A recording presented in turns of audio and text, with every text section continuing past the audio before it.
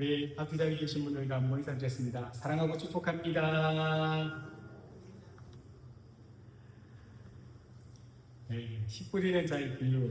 이 본문은 제가 몇 번 말씀도 전했던 말씀이기 때문에 사실 우리 성도들이 잘 알고 있는 내용을 설교한다는 것은 쉬운 일은 아닌 것 같습니다. 왜냐하면 너무 많이 알고 있고 또 잘 기억하고 있기 때문일 것 같습니다. 그러나 이 마가복음에서 이 비유를 다시 한번 우리가 이야기하고자 하는 것은 우리가 듣고 안다고 할지라도 그것이 내 삶에 정말 아름다운 열매가 맺혀지기까지는 쉽지 않은 시간들이 필요하기 때문인 것 같습니다. 듣다고 해서 또 제가 말씀을 전한다고 해서 이 말씀대로 살아낸다면 저는 정말 하나님 보시기에 귀한 사람이죠. 안 그래도 귀한 사람 맞지만 제가 스스로 생각할 때는 저는 하나님에게 참 부족하고 모자라고 성품적으로도 이렇게 좀 모난 부분이 많이 있다고 생각하는 사람이거든요. 그런데 말씀을 이렇게 매일 전한다고 해서 제가 그 말씀만큼의 사람이 아니란 사실을 저는 묻고도 잘 알고 있습니다. 그래서 다시 한번 너무나 잘 알고 있는 이 말씀을 통해서 우리가 겸손하게 하나님 앞에 또 한번 설 수 있는 그 은혜가 주어졌다고 생각합니다. 오늘 마가복음 이 비유를 이해하기 위해서는 사실 그 앞에 있는 내용을 함께 봐야 합니다. 앞선 마가복음 3장에 보면 예수님께서 어떤 상황 가운데 계셨는지 우리가 분명히 기억하고 오늘 말씀을 듣는 것이 좋거든요. 주님의 사역이, 주님의 소문이 점점 확장되시고 그에 대한 반응 또한 극단적으로 나뉘기 시작했습니다. 한편에서는 예수님께서 병을 고치시고 귀신을 쫓아내는 사건을 통해서 하나님의 능력, 예수님께서 당신 누구신가를 은연중에 드러내면서 예수님을 따르는 사람들이 있었지만 다른 한편에서는 이 예수님이 하시는 모든 것들을 부정하고 거부하는 사람들 또한 그들의 그룹, 세력이 있었습니다. 특히 종교 지도자들의 반응이 조금 심각했습니다. 그들은 예수님께서 행하셨던 사역은 생명을 살리는 사역인데 그 사역을 인정하기는커녕 오히려 그것을 왜곡했습니다. 귀신을 쫓아내는 권능을 보면서도 그것이 하나님께로부터 온 것이 아니라 오히려 사탄의 힘을 빌린 것이라고 주장합니다. 이것이 바로 그 앞에 있던 바알세불 논쟁입니다. 이에 대해 예수님께서는 단호하게 선언합니다. 그들이 성령을 모독하는 죄를 범하고 있다고 강력히 비유합니다. 성령께서 분명히 하나님의 일을 드러내고 계심에도 불구하고 그것을 끝까지 거부하고 또한 왜곡하는 것은 단순히 그들이 무지해서 그런 것이 아니라 의도적인 악의를 가진 반역이기 때문입니다. 그런데 이 장면은 하나님의 나라, 예수님께서 선포하셨던 하나님의 나라와 그리고 이 세상의 나라, 또 어둠의 나라가 정면적으로 충돌하는 순간이었습니다. 예수님의 사역은 하나님의 나라가 이미 이 땅에 임하였다라고 보여주는 분명한 증거거든요. 왜냐하면 그 이사야서 61장의 말씀이 성취되는 겁니다. 안진뱅이가 일어나고 보지 못한 자들이 보게 되는 온전한 회복의 사역의 증거거든요. 그런데 이에 종교 지도자들은 의도적으로 이러니까 보고 있고 들리는 것을 보지 않으려고 하고 듣지 않으려고 저항하고 반역하고 있는 겁니다. 이런 갈등이 이제 최고조이는 이 시점에 예수님은 오늘 이 비유로 말씀하시거든요. 그 첫 번째 비유가 바로 씨 뿌린 자의 비유입니다. 그 앞의 내용과 연결되어서 오늘 내용은 단순히 예수님께서 씨 뿌리는 비유가 농사에 대한 이야기가 아니라 왜 어떤 사람들은 주님의 말씀을 듣고도 그것을 깨닫지 못하는지 또 어떤 사람들은 열매 맺는 삶으로 나아가야 하는지 설명하시는 하나님 나라에 대한 가르침이거든요. 결국 이 비유는 또한 우리들을 위한 말씀이기도 하고 또 우리에게 동일한 질문을 던지기도 합니다. 왜 우리는 같은 말씀을 전하는 자고 듣는 자가 있는데 왜 어떤 이들은 이 말씀에 온전히 순종하지 못하고 또 어떤 이들은 말씀을 들음에도 불구하고 그 삶이 전혀 변화가 없이 늘 제자리입니다. 이 차이가 어디서 오는가라는 것 또한 주님께서 지금 매일 믿고 있는 거거든요. 이러한 긴장감 속에서 예수님은 바닷가에 배를 띄우고 무리를 향해 하나님의 나라에 대하여 가르치기 시작합니다. 예수님의 비유를 시작하면서 이렇게 말씀합니다. 3절 함께 읽겠습니다. 들으라, 씨를 뿌리는 자가 뿌리러 나가서 들으라, 이 기억하셔야 됩니다. 그리고 9절, 우리 4장 9절 함께 읽겠습니다. 또 이르시되 들을 귀 있는 자는 들으라 하십니다. 들으라. 3장에서도 들으라고 명령하시고요. 또 비유를 마치는 구절에서도 들으라고 명령하면서 이 말씀을 마칩니다. 시작이죠. 들으라고 시작하고 끝을 들으라고 명령하고 하는 것은 이 들으라가 이 앞에 있는 십줄의 비유를 감싸고 있는 겁니다. 이것은 단순히 정보를 전달하는 것이 아니라 정말 우리의 결단을 요구하는 말씀입니다. 여기서 듣는다는 것은 성경이 듣는다고 할 때 이 듣는다는 의미입니다. 단순히 우리가 어떤 이야기를 청취하거나 들리는 소리를 듣는다고 이야기하는 것이 아닙니다. 성경이 말하는 듣는다고 말씀하는 것은 내가 그것을 받아들이고 또한 믿고 순종하고 나아가겠다는 그런 의미거든요. 예수님께서 계속 말씀을 가르치며 그 말씀이 이렇게 병자를 고치는 이 사건을 통하여 정말 하나님의 나라의 땅에 임하였다는 걸 보여주고 들려줌에도 불구하고 그들이 듣지 않는다는 것입니다. 순종하지 않더라는 겁니다. 듣는다는 것은 곧 내가 그 말씀대로 살아내겠다는 것의 결단이거든요. 그래서 예수님은 들을 귀 있는 자, 주님의 말씀을 듣고 행하는 자를 어떻게 합니까? 찾고 계신 겁니다. 귀는 있지만 듣지 않는 사람들이 있고 말씀은 들리지만 마음으로 그것을 받지 않는 이들이 있다고 말씀하시는 겁니다. 예수님께서 들으라고 강조하시는 이유는 사실 앞에 있던 내용과 관련됩니다. 종교 지도자들은 누구보다도 말씀을 많이 들은 사람입니다. 누구보다도 성경을 잘 알고 있고 누구보다 말씀을 가까이 있던 사람들입니다. 그러나 그들은 정작 어떻게 합니까? 듣지 않더라는 거죠. 듣지 않는 것보다 오히려 안 들으려고 그들의 마음을 완전히 닫아놓았다라고 주님은 말씀하는 겁니다. 그 결과가 무엇입니까? 하나님의 능력을 보고도 그들은 뭐라고 합니까? 사탄의 힘을 입을고 하는 일이라고 이야기했던 겁니다. 이것이 바로 듣지 않는 자의 모습입니다. 말씀을 거부하는 것은 단순히 무관심으로 끝나지 않습니다. 결국 그들이 어떻게 하냐면 진리를 왜곡합니다. 그리고 진리를 왜곡하는 것은 넘어 진리를 대적하는 자에 서게 됩니다. 이것이 우리가 요즘 주일날마다 나누는 사도행전 말씀을 이야기합니다. 증인인데 증인으로서 정의석에 서기를 거부하는 것과 내가 증인이면서도 증인이 아닌 척 살아가고 있더라는 겁니다. 그래서 예수님은 오늘 이 비유를 통하여 우리에게 묻고 있는 것이 사랑하는 여러분은 지금 듣고 계십니까? 단순히 귀로만 듣는 것이 아니라 정말 이것이 하나님의 말씀인 것처럼 내 마음에 새기면서 듣고 있느냐? 그렇게 주님이 지금 묻고 계십니다. 사실 하나님의 나라는 들려지는 나라입니다. 그러나 동시에 들은 대로 반응하는 자, 이 반응한다는 말이 예수님을 따르고 쫓고 그분에 대하여 관심을 가지는 자들에게 어떻게 열려있는 나라입니다. 말씀을 듣고도 그의 삶에 아무 일도 일어나지 않는다는 것은 사실 그가 진짜 듣지 않는다는 것이죠.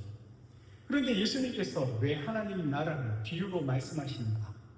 여기에 다시 한번 우리가 깊이 생각해 보아야 합니다. 본문은 우리 11절, 12절 이렇게 합니다. 우리 함께 읽겠습니다. 이르시되 하나님의 나라의 비밀을 너희에게는 주었으나 외인에게는 모든 것을 비유로 하나니 이는 그들로 보기는 보아도 알지 못하니 듣기는 들어도 깨닫지 못하게 하여 돌이켜 죄의 사함을 얻지 못하게 하려 함이라 하시고 아멘. 비유는 단순히 어떤 것들을 설명하는 방식이 아니라 지금 예수님께서 비유를 통해 말씀하는 것은 하나님 나라의 신비를 드러내는 것, 계시죠. 우리에게 가르치는 것과 동시에 어떻게 감추는 도구가 되더라는 겁니다. 비유의 첫 번째 목적이 계시거든요. 온전히 우리에게 드러내는 겁니다. 하나님 나라에 대하여 예수님의 말씀에 대하여 마음이 열려있는 자, 그 말고 예수님의 그 존재, 그분에 대하여 마음이 열려있는 자에게 이 비유가 정말 영광스러운 진리를 드러내는 열쇠가 됩니다. 풀어내는 것, 우리가 몰랐던 것들, 묶여있고 막혀있는 것들을 뚫고 열어내는 열쇠가 됩니다. 그러나 동시에 비유의 두 번째 목적은 감춤이거든요. 마음이 닫혀있는 자, 예수님의 말씀이나 예수님에 관하여 반응하지 않는 자뿐만 아니라 적대하는 자에게 이 비유는 오히려 진리를 감추고 가리는 역할을 합니다.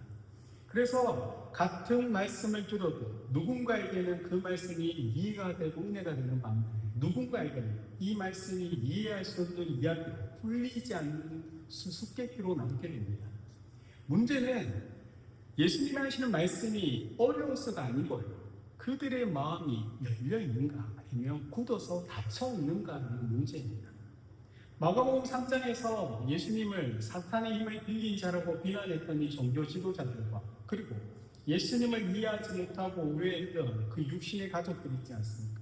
이들은 같은 맥락에 있는 사람들입니다. 외인인 거죠. 그들은 하나님의 역사를 눈으로 보고 귀로 들음에도 불구하고 있었던 마음으로 받아들이지 않습니다. 오히려 자신의 생각이죠. 내가 의롭다는 그 당시의 세상적인 가치관과 기준, 나의 생각을 가지고 예수님을 어떻게 합니까? 판단했죠. 미쳤다. 그리고 예수님을 배척했던 겁니다. 이것이 바로 마음이 닫힌 사람들의 모습입니다. 그들은 진리를 몰라서가 아니고 그 진리를 받아들이는 것을 선택하지 않는 자들입니다. 그래서 비유는 그들에게 어떻게 됩니까? 이제 더 이상 열려지지 않고 들려지지 않고 깨달아지지 않게 됩니다. 들으나 깨닫지 못하고 보나 알지 못하는 상태로 남게 됩니다. 그래서 지금 예수님의 이 비유의 말씀은 그들에게는 정말 수수께끼 같은 말씀이 됩니다. 이 말씀은 사실 그 말씀을 듣는 많은 이들, 무리들, 또한 제자들 가운데 엄중한 경고인 것과 동시에 어떻게 합니까? 계시기 때문에 은혜로의 초청입니다. 같은 말씀을 듣고 어떤 사람은 변화되고 예수님을 따릅니다. 어떤 사람은 더 그 마음이 완악해집니다. 그 차이는 그 말씀의 내용이 있는 것이 아니고요. 그것을 받는 자들의 마음에 있더라는 겁니다. 이것을 이제 오늘 제가 보면 제가 말씀을 진짜 아무렇게나 전해도 듣고자 하는 분은 그 안에서 하나님의 음성을 듣게 되더라는 겁니다. 제가 그래서 아무렇게나 전하겠다는 말은 아니지만 이것이 바로 우리가 지금 하나님 앞에, 저도 하나님 앞에 서 있는 것처럼 여러분들 또한 하나님 앞에 서 있고 하나님 앞에 우리가 예배를 드린다면 내가 지금 이 드리는 예배가 어떠한 마음으로 드리고 있느냐가 더 중요한 것이지 다른 것은 다 부차적인 겁니다. 씨 뿌린 자의 비유의 중심은요, 하나님 나라의 복음에 대한 반응입니다. 왜? 씨는 동일하게 다 뿌려졌거든요. 그래서 성경에 우리가 아까 계속 읽었지만 덜은 뿌려지는 이 말은 중간에 땅은 있지만 씨는 다 뿌려졌습니다. 어떤 차별도 없고 어떤 조건도 없이 모든 땅에 씨가 뿌려졌습니다. 그러나 어떻게 돼요? 결과는 전혀 다르게 나타납니다. 어떤 곳에서는 아무 열매를 맺지 못하고 또 어떤 곳에는 풍성한 결실을 맺습니다. 이 차이가 어디서 오는 거죠? 씨의 문제가 있는 것은 아니지 않습니까? 땅에 문제가 있더라는 겁니다. 말씀은 완전하고 능력이 있지만 그것을 받는 인간의 마음 상태가 다르기 때문입니다. 길가와 같은 마음은 말씀을 들어도 깨닫지 못한답니다. 말씀이 뿌리가 내리기 전에도 사라져버립니다. 돌밭과 같은 마음은 처음에는 기쁨으로 받는 것처럼 보이지만 뿌리가 없죠. 돌 위에 시간이기 때문에 그래서 어떻게 어려움이 차가우면 곧 떠나버립니다. 가시떨기와 같은 마음은 이 세상에 있는 염려, 유혹. 그래서 우리가 그 말씀을 마음에는 두고자 하지만 열매로 나가지 못하는 왜요? 유혹과 염려와 걱정 때문에 두려워하게 되는 겁니다. 결국 은혜는 모든 사람들에게 모든 땅에 동일하게 주어졌는데 그것을 받아들이는 자와 거부하는 자로 나뉘다.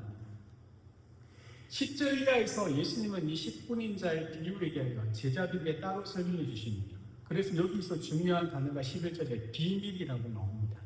그러나 이 비밀은 어떤 숨겨진 지식이나 특별한 정보가 아닙니다. 그것은 이미 예수님을 통하여 이 땅에 임하고 있는 하나님께서 이 땅에 임하셨다는 것들, 그리고 그 땅의 백성으로서 하나님의 통치를 받을 것이냐 받지 않을 것이냐의 문제입니다.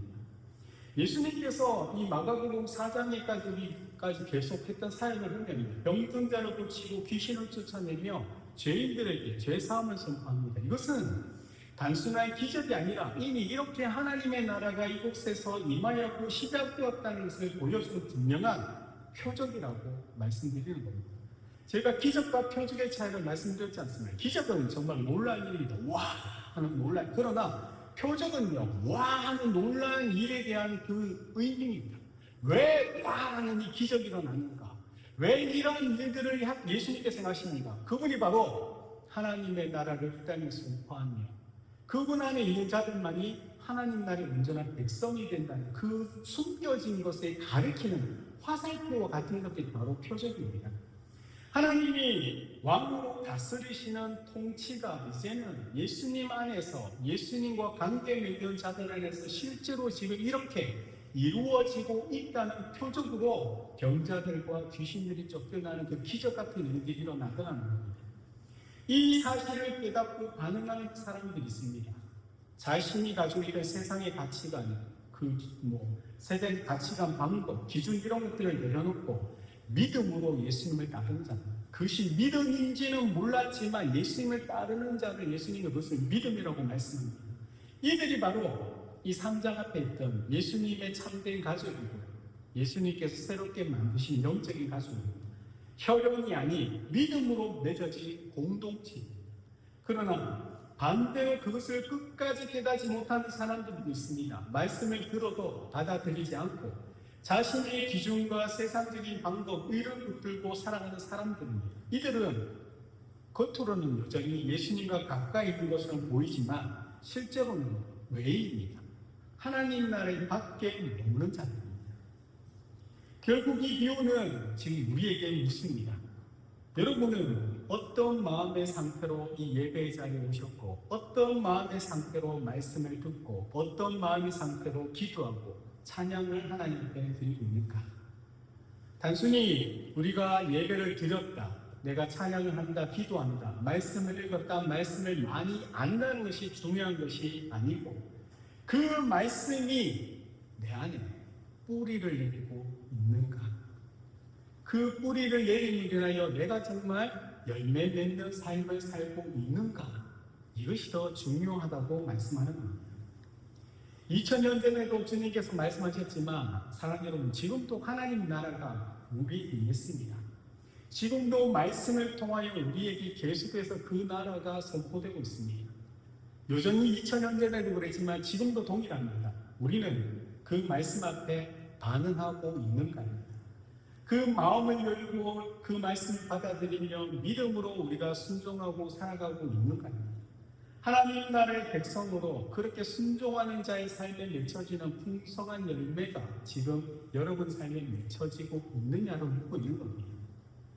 주님은 이 비유의 세 요소가 있죠. 농부, 땅, 씨앗이 나왔습니다. 그런데 하나님 나라의 진리를 더 분명하게 설명해 주는 것이 마가복음 4장에서 씨는 말씀이고 땅은 우리의 마음이며 씨를 뿌리는 자는 하나님이라고 또한 이야기합니다. 동일한 말씀이 동일하게 선포되지만 그 결과는 각기 다른 마음 상태에 따라 전혀 다르다는 겁니다. 열매를 풍성하게 맺는 것이 있고 아예 말씀 자체가 들어가지 않는 자가 있고 말씀은 들어갔으나 열매가 없고 말씀이 열매를 맺히려고 하는데 오히려 세상의 방해와 염려를 통해서 열매 없는 자들이 있더라는 겁니다. 길가와 같은 마음이 있죠. 말씀을 듣긴 하지만 깨닫지 못하는 자들. 말씀이 마음에 와닿기도 전에 사탄이 와서 빼앗아낸답니다. 이것은 단순히 우리가 그 말씀을 아느냐 모르냐 이해 부족이 아니라 영적 전쟁이 있더라는 겁니다. 하나님 앞에 예배를 드리고 나오면서도 하나님만을 온전히 마음에 품는 것이 아니고 이런저런 마음의 생각과 제일 큰 문제는 거죠. 아무 마음 없이 그냥 습관적으로 하나님 앞에 예배 드릴 자들이 있다는 겁니다.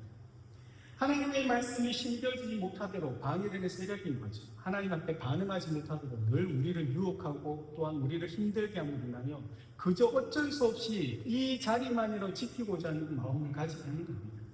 또 어떤 사람은 돌방과 같은 마음입니다. 말씀을 들을 때는 기쁨으로 반응합니다. 예배의 현장에서 기뻐합니다.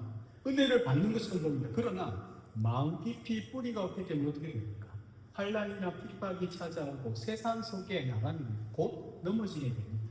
신앙이 감정에 머물러 있습니다. 그래서 말씀의 반석 위에 든든히 세워지지 않기 때문에 세상의 풍파적 어떤 삶의 어려움들과 염려와 걱정이 오면 그는 흔들리게 되더랍니다.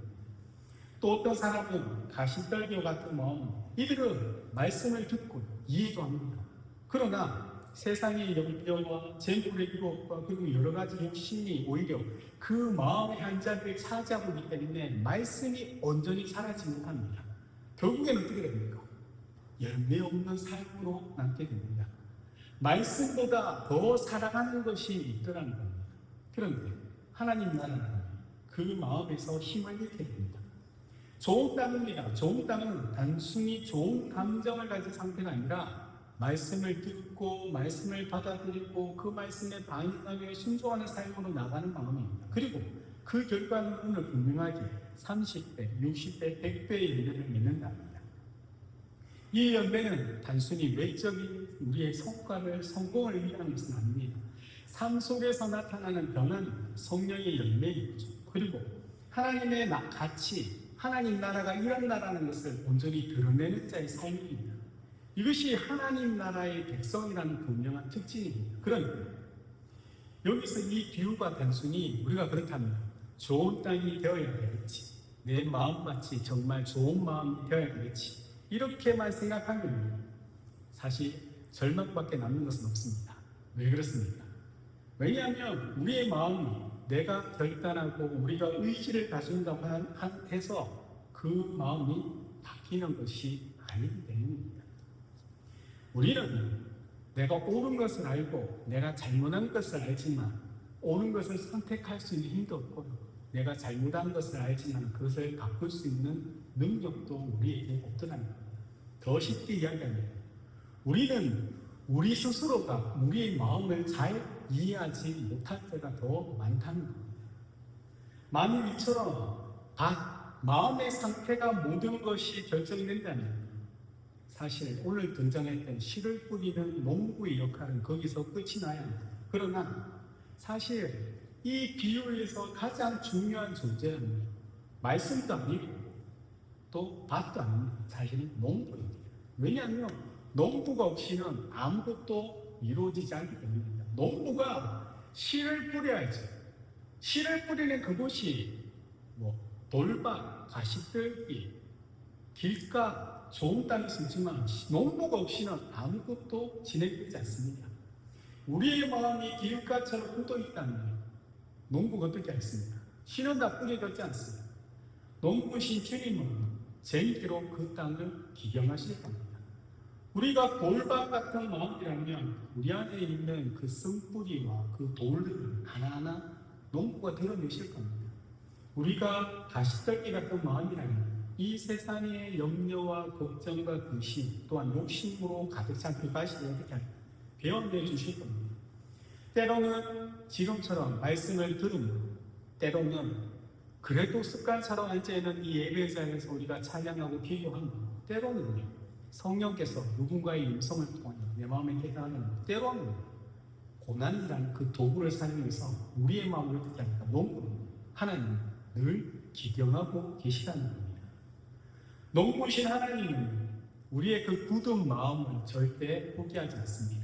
끝까지 어떻게 합니까? 손대시고 갈아엎으시고 다듬어서 결국에는 어떻게 만듭니까? 모든 땅이 좋은 땅으로 만들 겁니다. 왜 좋은 땅으로 만드십니까? 기업이 우리의 삶에 풍성한 열매를 맺게 하시려고 하기 때문입니다. 그런데 이 비유의 말씀은요, 요한복음 15장의 포도나무 비유와 너무나 잘 맞아떨어지는 말씀입니다. 이 열매는 가지가 맺혀지지만 가지 스스로 포도를 맺는 것은 아니지 않습니까? 가지가 포도나무에 붙어 있을 때 그 포도나무로부터 영양분과 그 모든 것들을 공급받을 때 자연스럽게 가지에 맺히는 것이 바로 포도입니다. 그렇게 요한복음은 붙어 있다는 말을 우리에게 가르칩니다. 이 붙어 있다는 말의 의미는 무엇입니까? 말씀을 듣고 그 말씀 안에 머무는 것입니다. 동시에는 적극적으로는 주님을 내가 의지적으로 따르려고 하는 것, 예수님의 말씀의 가르침을 내가 사모하고 그 말씀을 읽고 기도하고 또 말씀을 들려주는 예배자리에 참석하고 하나님 앞에 나와서 그렇게 찬양하는 이 시간을 통해서 주님과 동행하는 겁니다. 성경은 이것을 무엇이라 말하냐면 바로 믿음이라고 이야기합니다. 결국 열매는 우리가 노력해서 내가 어떤 방법을 사용해서 맺는 것이 아니라 철저히 열매는 하나님의 은혜의 결과일 뿐입니다. 우리의 종교적인 열심이나 우리가 가지고 있는 것이나 우리의 직분으로 만들어내는 것이 아니라 말씀에 순종하여 주님께 붙어 있으려고 내가 예수로 몸부림칠 때 나도 모르게 맺혀지는 생명의 열매입니다. 사랑하는 여러분, 지금도 저는 말씀을 전하고 전하면서 듣고 있고 여러분은 말씀을 듣고 계시지 않습니까? 중요한 것은 얼마나 많은 말씀을 알고 있느냐, 얼마나 말씀을 많이 들었느냐가 아니라 들렸던 말씀, 내가 전했던 말씀을 나는 이제 어떻게 반응할 것이냐입니다. 우리의 마음이 굳어 있지는 않습니까? 지금 이 순간에 감동으로 끝나고 있지는 않습니까? 여전히 정말 하나님 앞에 있다가 또 세상 밖에 나가면 세상의 인경과 근심과 걱정, 그 욕심을 인하여 말씀을 잊어버리고 있지는 않습니까? 하나님은 오늘도 여전히 이 시간을 통하여 우리의 불러주심을 통하여 우리의 마음을 기경하고 계십니다. 때로는 그 시간들이 정말 아프고 때로는 불편하고 때로는 걱정이 되고 때로는 두렵기도 합니다. 그러나 그 모든 과정은 우리가 좋은 땅으로 만들어지기 위한 하나님의 손길입니다. 그러므로 오늘 농부신 주님께 우리가 어떻게 합니까? 다시 한번 우리 결단한 것을 내 마음을 내어드리라 합니다. 주님, 나의 이 굳은 마음과 내 안의 염려와 걱정이 모든 것들을 다시 한번 기경하여 주십시오. 제가 주님께 어떻게 해서라든지 붙어있기를 원합니다. 말씀에 순종하며 주님과 동행하기를 원합니다. 다시 한번 결단하고 우리가 주님 앞에 나아갈 때 주님께서 여전히 우리의 삶을 만지시지만 우리가 감당할 수 없는 은혜 가운데 우리가 변화되고 또 우리가 아닌 주님으로 인한 풍성한 삶의 열매, 그 열매가 우리 삶 속에 풍성히 맺혀지고 그로 인하여 여러분은 염려와 걱정했던 그 모든 것들이 정말로 아무것도 아니라는 사실을 함께 주님 앞에 우리가 감사할 수 있게 되더라는 겁니다. 이 하나님의 나라의 비밀, 능력을 날마다 삶 속에 누리며 살아가는 자들이 바로 예수님의 참된 가족인 겁니다. 또한 하나님의 나라의 백성들입니다. 이런 주님의 가족이 저와 여러분 또 하나님 백성이 우리가 되기를 주의 이름 축복드립니다. 여러분 안에 있는 염려와 걱정과 이런 삶의 모든 것들, 그것이 우리 앞에 문제가 아닌 우리가 더욱더 주님을 의지하고 주님 앞에 나아가기를 원하시는 주님의 또 다른 방법이라는 것을 기억하시며 하나님의 손 안에서 일어나지 않는 일은 아무것도 없고 우리 하나님이 보시는 일은 아무것도 없다는 것을 내가 믿는다면 우리는 두려워하고 염려하기보다는 하나님의 일하심을 기대하고 때론 나쁘고 때론 고통스럽고 때론 절망같이 느껴질지라도 이 시간도 지나 하나님의 평안이 우리에게 임할 것을 기대하며 믿음으로 나가시는 저와 여러분 되시길 예수님의 이름으로 축복드립니다. 아멘.